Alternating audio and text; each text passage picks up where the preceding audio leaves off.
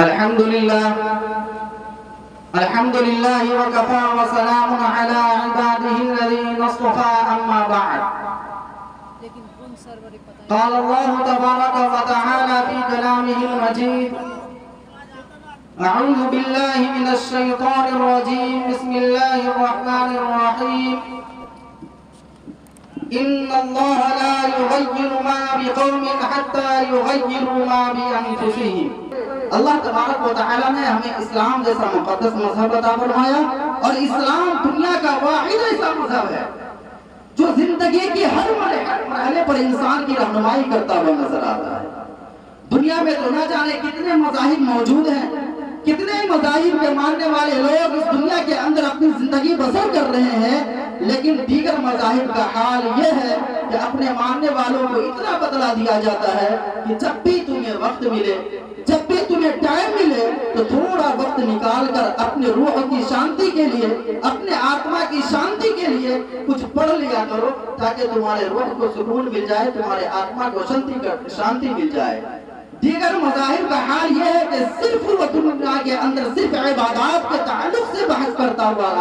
نظر آتا ہے، لیکن اسلام کی خصوصیت یہ ہے، اسلام کی وجہ امتیاز یہ ہے کہ اسلام زندگی کے ہر شعبے پر رہنمائی کرتا ہوا آتا ہے، خواہ وہ سیاست کے میدان میں ہو یا بزنس کے لین سے ہو، تنہائی میں آدمی ہو یا محفلوں کے اندر ہو، زندگی کے ہر ایک مرحلے پر وہ کسی بھی حال میں ہو، کہیں پر بھی ہو، ہر حوالے سے انسان کو اس کی رہنمائی کرتا ہوا نظر آتا ہے۔ تو اسلام یہی کہتا ہے کہ اگر تمہیں اپنے معاشرے کی درستگی چاہیے تو اس کا سب سے پہلا اسٹیج یہ ہوگا کہ جب تم اپنے بچوں کا نکاح کرتے ہو، جب تم اپنے بچیوں کا نکاح کرتے ہو، جب دو رشتوں کو جوڑنے کی باتیں کرتے ہو، جب دو دلوں کو ایک کرنے کی بات کرتے ہو، تو سب سے پہلے اس کے اندر ان دونوں کے نتیجے میں جو ہونے والے بچے ہیں، جس سے تمہارا معاشرہ سنورے گا، جس سے تمہارا معاشرہ پھیلے گا، جس کے ذریعے سے تمہارے معاشرے کے اندر اچھائی یا برائی آئے گی، تو اس کے لیے صحیح ماں کا انتخاب کیا جائے۔ یہ شادی سے پہلے کی بات ہے کہ جب آپ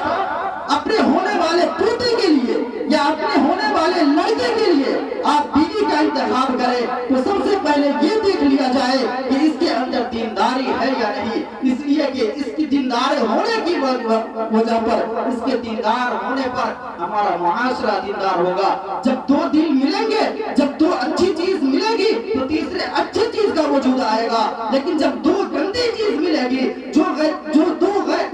جب دو غیر دیندارانہ چیزیں ملیں گی، لوگ ملیں گے، تو اس سے جو نتیجہ کا حصول ہوگا، اس سے جو نتیجہ نکلے گا وہ بھی غیر دیندارہ ہوگا، خباثت اس کے اندر بھی بھری ہوگی۔ اس لیے جب بھی اگر آپ گارجین ہیں، اپنے بچے کے لیے کسی لڑکی کا انتخاب کر رہے ہیں، تو سب سے پہلے یہ دیکھا جائے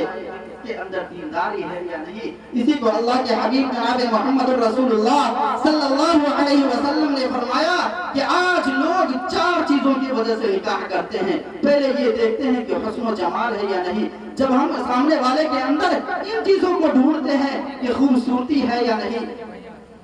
مالداری ہے یا نہیں، حسب و نسب ہے یا نہیں، اعلیٰ خاندان سے اس کا تعلق ہے یا نہیں، اس کے پاس جائیداد کا انبار ہے یا نہیں، اگر یہ چیز ہمیں مل جاتی ہے تو بے دھڑک ہم اپنے لڑکے یا لڑکی کا نکاح اس گھر میں کروا دیتے ہیں اور کر دیتے ہیں۔ اسی پر اللہ کے حبیب نے فرمایا فاظفر بذات الدین، دین کو ترجیح دو، اس لیے کہ جب تم دین کو ترجیح دو گے تو اس کے ہونے میں نتیجہ، اس کا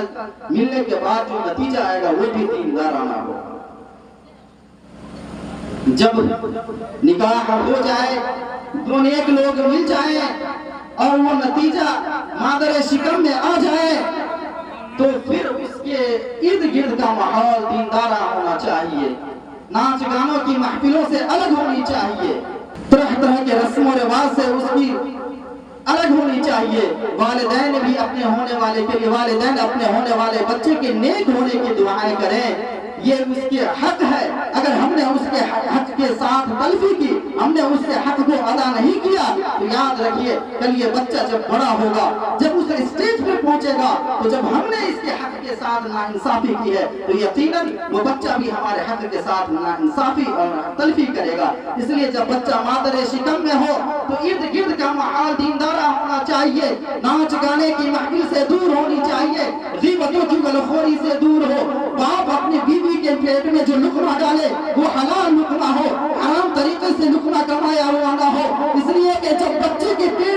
ماں کے ذریعے سے بچے کے پیٹ میں جب اس کی پرورش حرام لقمے سے ہوگی، ناجائز لقمے سے ہوگی، تو اس کا نتیجہ بھی دنیا کے اندر ظاہر ہوگا، اور پھر وہ بدعات و خرافات کے اندر، بدمعاشی کے اندر، خرافات کے اندر مبتلا ہوگا، پھر پورا معاشرہ گندہ ہوگا، پورا ماحول گندہ ہو جائے گا۔ اس لیے جب بچہ اپنا مادر شکم میں ہو تو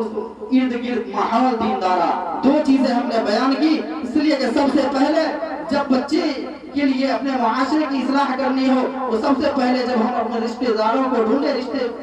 کرنے کے لیے ڈھونڈے، تو سب سے پہلے ترجیح دینداری کو ہونی چاہیے۔ دوسرے پر بات میں نے کہی کہ جب بچہ مادر شکم میں ہو تو ارد گرد کا ماحول دیندارہ نہ ہو۔ آپ نے بابا گنج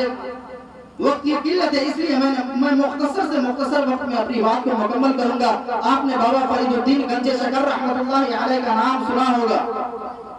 اتنے بڑے اللہ والے تھے کہ لوگ اس کی شکل کو دیکھ کر کے مسلمان ہو جایا کرتے تھے۔ ایک دن اپنی والدہ کے ساتھ بیٹھے ہوئے تھے، انہوں نے کہا کہ ماں تیرے بیٹے کا کمال تو دیکھ کہ لوگ شکل کو دیکھ کر کے مسلمان ہو جاتے ہیں۔ تو اس کی ماں کہتی ہے اچھا بیٹا یہ تیرا کمال نہیں ہے، میرا کمال ہے۔ فرید الدین کہتے ہیں کہ اچھا تیرا کمال کس طریقے سے ہے؟ تو اس کی ماں کہتی ہے کہ بیٹا جب تو ہمارے شکم کے اندر آیا تو اللہ گواہ ہے کہ ہم نے ایک وقت کی بھی نماز قضا نہیں کی۔ جب تو پیٹ سے باہر آیا، دنیا کے اندر آیا، جب بھی تو دودھ کے لیے روتا تھا تو میں تجھے چلاتا ہوا، روتا ہوا، پلکتا ہوا چھوڑتی تھی، اور سب سے پہلے میں جا کر وضو کرتی تھی، پھر تمہیں آ کر کے ہونے والا اور دودھ پلاتی تھی۔ یعنی میں نے پوری جب تک تو 2 سال کا 2.5 سال کا رہا میں نے بغیر وضو کے کبھی تمہیں دودھ نہیں پلایا۔ یہ اس کا نتیجہ ہے، یہ ہماری قربانیوں کا نتیجہ ہے کہ تمہاری شکل کو دیکھ کر کے لوگ آج مسلمان ہو رہے ہیں۔ اس لیے بچہ جب مادر شکم میں ہو تو آس پاس کا ماحول دیندارہ ہونا چاہیے، اور جب وہ دنیا کے اندر آئے تو سب سے پہلے ایک اچھا سا نام اس کا رکھا جائے۔ حضرت عمر رضی اللہ تعالی عنہ کے زمانے میں ہوا کہ ایک باپ اپنے بیٹے کو گھسیٹتا ہوا حضرت عمر رضی اللہ تعالی عنہ کے دربار میں لایا،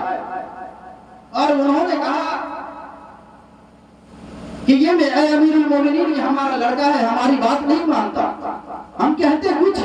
کرتا کچھ ہے، ہماری حق کی تلفی کرتا ہے، ہمیں بے عزت کرتا ہے، ہماری کوئی حیثیت نہیں سمجھتا۔ تو حضرت امیر المومنین کے بولنے سے پہلے ہی وہ بچہ بولتا ہے کہ امیر المومنین آپ ہمیں یہ بتلائیے کہ ہمارے والدین کا حق ہمارے اوپر ہے، یہ تو بات ظاہر ہے، کیا ہمارے بھی حق ہمارے والدین کے اوپر ہے یا نہیں؟ حضرت امیر المومنین کہتے ہیں کہ یقیناً تمہارا بھی حق تمہارے والدین کے اوپر ہے۔ سب سے پہلا حق یہ ہے کہ تمہارا اچھا سا نام رکھا جائے، دوسرا حق یہ ہے کہ تمہارے تعلیم و تربیت اچھی طریقے سے کی جائے۔ تو وہ بچہ کہتا ہے کہ امیر المومنین آپ ہمارے والدین سے پوچھئے کہ اس نے جب میں دنیا میں آیا تو ہمارا نام ایک ایسا نام رکھا جس کے معنی آتے ہیں گوبر علاقے، یعنی نام ہی ناپسندیدہ رکھا۔ دوسری بات کہ اس نے ہماری تعلیم و تربیت پر اتنا خاص لحاظ نہیں دیا۔ تو امیر المومنین کہتے ہیں کہ غلطیاں خود کرتے ہو، اور پھر جب اس کا نتیجہ ظاہر ہوتا ہے تو شکایات کرنے کے لیے ہمارے دربار میں آتے ہو۔ اس سے پتہ یہ چلا کہ جب بچہ دنیا کے اندر آئے تو اس کا ایک اچھا سا نام رکھا جائے، اور یہ بات ذہن میں ہونی چاہیے کہ نام کا اثر ذات کے اوپر پڑتا ہے۔ اگر آپ نے نام سلمان رکھا اور آپ کے ذہن و گمان میں یہ ہے کہ اس سے مراد سلمان فارسی رضی اللہ تعالی عنہ ہے، تو اس کے اخلاق و کردار کی کچھ جھلک آپ کے ہونے والے بچے کے اندر بھی پائی جائے گی۔ لیکن اگر آپ کا تصور یہ ہے کہ بالی ووڈ کا فلم ایکٹر سلمان خان کی وجہ پر ہم نے اپنے بیٹا کا نام سلمان رکھا ہے، تو یقیناً اس جیسی صفت آپ کے اندر آئے گی، اور پھر وہی آپ کی بات نہیں مانے گا، ادھر سے ادھر اچھلتا کودتا نظر آئے گا۔ اس لیے جب بچہ اس دنیا کے اندر آئے تو سب سے پہلے اس کا ایک اچھا سا نام رکھا جائے، اور جب وہ زندگی کے کچھ مراحل طے پڑ جائے، جب وہ بچپنے کی عمر کو ہو جائے تو اس کے تعلیم و تربیت پر خاص لحاظ دیا جائے. اور یقیناً ایک بات ذہن میں رکھیے کہ بچے جتنے پڑھانے سے نہیں پڑھتے وہ اپنے آس پاس کے ماحول سے پڑھتے ہیں. وہ دیکھتے ہیں کہ ہمارے بڑے کیا کر رہے ہیں, ہماری ماں کیا کر رہی ہے, ہمارا باپ کیا کر رہا ہے. لیکن جب بچہ اس وقت ہمارے معاشرے میں یہ ہوتا ہے کہ جب بچہ اس اسٹیج پر ہوتا ہے کہ اسے معاشرے کا علم بردار بنایا جائے, معاشرے کا رہنما بنایا جائے, اس وقت ہم والدین یہ کر رہے ہوتے ہیں کہ باپ بیوی کو ماں کو گالی دے رہا ہوتا ہے, ماں باپ کو گالی دے رہا ہوتا ہے. جب اس معاشرے سے بچہ وہ چیز سیکھتا ہے تو پھر بڑے ہو کر کے نہیں آپ کی قدر و قیمت کو گھٹاتا ہے, آپ کی باتوں پر توجہ نہیں دیتا ہے, آپ کی حق تلفی کرتا ہے. پھر ان ساری چیزوں سے مل کر معاشرے کے اندر گندگیاں پھیلتی ہیں اور پھر ہم اور آپ طرح طرح کی کوششیں کرتے رہتے ہیں. اس لیے جب بچہ اس اسٹیج پر پہنچ جائے تو آس پاس کا ماحول دیندارانہ ہو. جب 10 سے 12 سال کا عمر کا ہو جائے, جب اسے سنگت کی ساتھی کی ضرورت پڑے تو یہ دیکھا جائے کہ اس سے ملنے جلنے والا شخص کیسا ہے, اس سے جو ملنے آ رہا ہے اس کا لباس, اس کا حلیہ, اس کا بال, اس کی داڑھی شریعت کے مطابق ہے یا نہیں. اگر ان چیزوں کے مطابق ہے تو دوستی کی اجازت ہے. اگر ان چیزوں کے خلاف ہے, اگر اس کا اٹھنا بیٹھنا ایسے لڑکوں کے ساتھ ہے یا ایسے دوستوں کے ساتھ ہے جو اسلامی ماحول سے بغاوت کرتا ہے, جو اسلامی تھنکنگ, اسلامی سوچ کے خلاف چلنے والا ہے, تو اپنے بچوں کو ایسے لوگوں کی صحبت سے بھگایا جائے, ہٹایا جائے. اس لیے کہ یہ اسٹیج اس کے بننے سنورنے کا رہتا ہے. اس اسٹیج کے اندر جیسی صحبت اس کو ملے گی وہ کردار وہ بچہ اپنے اندر لے کر آئے گا اور پھر اس کردار کے اندر وہ ڈھلتا چلا جائے گا, ڈھلتا چلا جائے گا. اس لیے جب بچے کو ساتھی کی ضرورت پڑے, 10-12 سال کا ہو جائے, 11-12 سال کا ہو جائے, تو اس سے ملنے جلنے والے ساتھیوں پر خاص توجہ دی جائے. یہ والدین کی ذمہ داری اور بچے کا حق ہے. اس کے بعد ان چیزوں کے بعد اگر آپ ذرا سا اندازہ لگائیے کہ جس بچے کی پرورش اور جس کی تربیت پر اتنا خیال کیا جائے وہ بچہ آگے چل کر ماں باپ کی بغاوت کیسے کرے گا, ماں باپ کے حقوق کی حق تلفی کیسے کرے گا اگر ان چیزوں کے بعد کر ہی نہیں سکتا. اس لیے کہ نبی کا فرمان اس کے سامنے ہوگا, اللہ کے احکامات اس کے سامنے ہوں گے, اللہ کا خوف اور نبی پاک صلی اللہ علیہ وسلم کے فرمودات اس کے سامنے ہوگا. جب بھی وہ اپنے والدین پر زبان درازی کرے گا تو وہ چیزیں اس کے دماغ کو جھنجھوڑ کر رکھ دے گی, اس کے اندر کھلواڑ پیدا کر دے گی, بے چینی پیدا کر دے گی. وہ یقیناً نہیں کر سکتا ہے. اور اگر کوئی کر سکتا ہے, اگر کوئی کسی گھر کے اندر اس کے باوجود بھی اپنے ماں باپ کی حق تلفی ہوتی ہے تو یقیناً اس بات کا خیال رکھا جائے کہ شاید ہم نے اپنے اولاد کی تربیت میں کوئی نقطہ چھوڑ دیا, کوئی بات ایسی چھوڑ دی جس کے نتیجے میں ہماری اولاد ہماری حق تلفی کر رہی ہے, ہمیں ستا رہی ہے, ہمیں طرح طرح کی اذیتیں کر رہی ہے. اور یقین مانیے کہ وہ گھر جس کے اندر ماں باپ کو ستایا جائے, جس کے اندر ماں باپ کے دلوں کو ٹھیس لگایا جائے, اس کے اندر بے برکتی ہوگی. جس معاشرے کے اندر ماں باپ کی عزتوں کو داغدار کیا جائے اس معاشرے کے اندر عذاب کا آنا یقینی ہے. جس معاشرے کے اندر ماں باپ کی باتوں کو کاٹ دیا جائے, اسے دھتکار دیا جائے, اس معاشرے کے اندر, اس گھر کے اندر نہ جانے کتنی طرح کی بیماریاں آئے گی, اس کا کوئی اندازہ نہیں لگا جا سکتا ہے. اس لیے اور یہ چیزیں کب ہوگی جب اپنی ماں کے حق کی تلفی کب نہیں کی جائے گی, معاشرے کا سدھار کب کیا جائے گا جب ان باتوں کا خیال رکھا جائے گا کہ اپنے ہونے والے بچے کے لیے, بہو کے لیے دیندار بہو کا انتخاب کیا جائے گا. جب وہ پیٹ کے اندر شکم کے اندر ہوگا تو ماحول دیندارہ بنانا ہوگا. جب وہ تعلیمی مراکز پر ہوگا تو اسے قرآنی اور اسلامی تقریب سے آراستہ کیا جائے گا. جب وہ ساتھی کے لائق ہوگا تو دیندار ساتھی اس کے حوالے کیا جائے گا. جب ان باتوں کا خیال کیا جائے گا تو معاشرہ بھی دیندارانہ ہوگا, تمام طرح کی برائیوں سے پاک ہوگا. دیکھنے میں یوں لگے گا کہ اسلامی ماحول ہے, آخرت کی فکر کی جا رہی ہے, قرآن و سنت کے مطابق ماحول چل رہا ہے. اللہ سے دعا کیجیے کہ اللہ پاک ہمیں اور آپ کو کہنے سننے سے زیادہ عمل کرنے کی توفیق عطا فرمائے. آمین. وآخر دعوانا ان الحمد للہ رب العالمین.